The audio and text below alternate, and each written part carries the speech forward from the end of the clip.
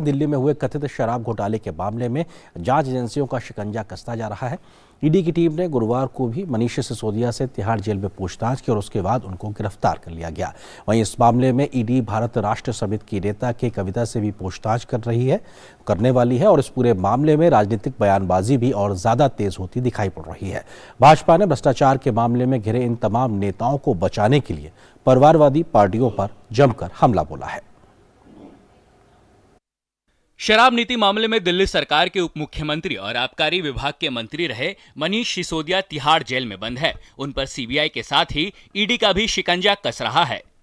प्रवर्तन निदेशालय यानी ईडी की टीम ने गुरुवार को भी मनीष सिसोदिया से पूछताछ की। ईडी के अधिकारियों की टीम सुबह तिहाड़ जेल पहुंची, जहां उनसे कुछ सवाल जवाब हुए। ईडी की टीम पिछले 3 दिनों में मनीष सिसोदिया से दूसरी बार पूछताछ की। पूछताछ के बाद ईडी ने सिसोदिया को गिरफ्तार कर लिया। ताजा गिरफ्तारी के बाद बीजेपी ने फिर से सिसोदिया पर हमला बोला है।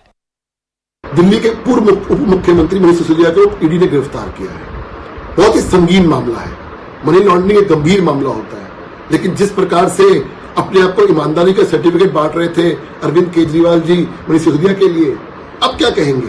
कुछ दिन पहले आप ही कहते थे कि ईडी और सीबीआई ने आपको क्लीन चिट दे दी है। अब जिस प्रकार से गिरफ्तारी हुई है, आपको बहुत सारे सवालों के जवाब देने पड़ेंगे। बहुत गंभीर मामला है। 100 करोड़ की इधर से उधर जो आप लोगों ने मनी लॉन्ड्रिंग की है, उसका जवाब तो आपको देना पड़ेगा। बिना मुख्यमंत्री के इशारे के ऊपर पत्ता भी नहीं हिलता इस सरकार के अंदर, और ऐसा कैसे हो सकता है? इतना बड़ा घोटाला हो गया और अरविंद केजरीवाल को पता ना हो। हमारा मानना यह है अरविंद केजरीवाल तक की जांच की आज जाने वाली है बहुत जल्दी। मंगलवार को भी ईडी ने मनीष सिसोदिया से करीब 6 घंटे तक पूछताछ की थी।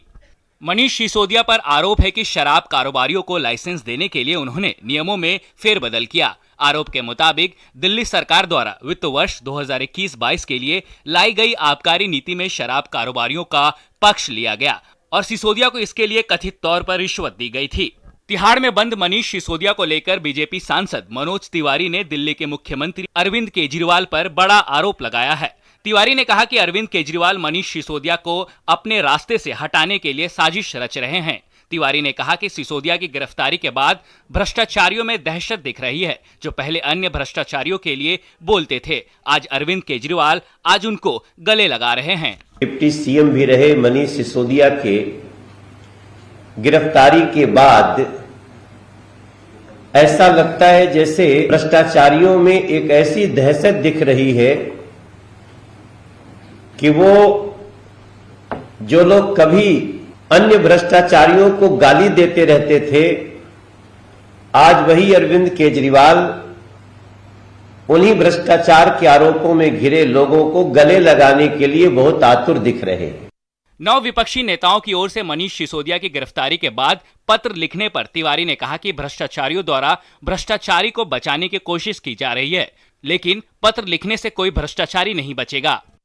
आज 9 लोगों का मनीष सिसोदिया के पक्ष में पत्र लिखना यह बता रहा है कि जो लोग कल तक भ्रष्टाचार का विरोध करते थे, आज भ्रष्टाचारी को बचाने में अपनी ताकत लगाए हैं और बिला वजह दबाव बनाने में लगे हुए हैं। दिल्ली में जो लोग भ्रष्टाचार किए हैं, सबका भ्रष्टाचार एक एक करके आ रहा है। इस मामले में ईडी भारत राष्ट्र समिति की नेता के कविता से भी पूछताछ करने वाली है। के कविता जांच एजेंसी के सामने पेश होने के लिए दिल्ली पहुंच चुकी हैं। ईडी ने आबकारी नीति में कथित अनियमितताओं से जुड़े धन शोधन के मामले में कविता को समन भेजकर दिल्ली में 9 मार्च को उपस्थित होने के लिए कहा था, लेकिन उन्होंने 11 मार्च को पेशी के लिए अनुरोध किया था।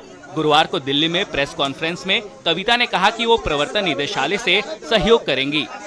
हमें एनफोर्समेंट डायरेक्टरेट ने नोटिस दिया और बोले कि आपको 9 मार्च को आना है। तो हमने कहा हमारा कार्यक्रम है, हम 16 मार्च को आएंगे, ऐसा हमारा रिक्वेस्ट था।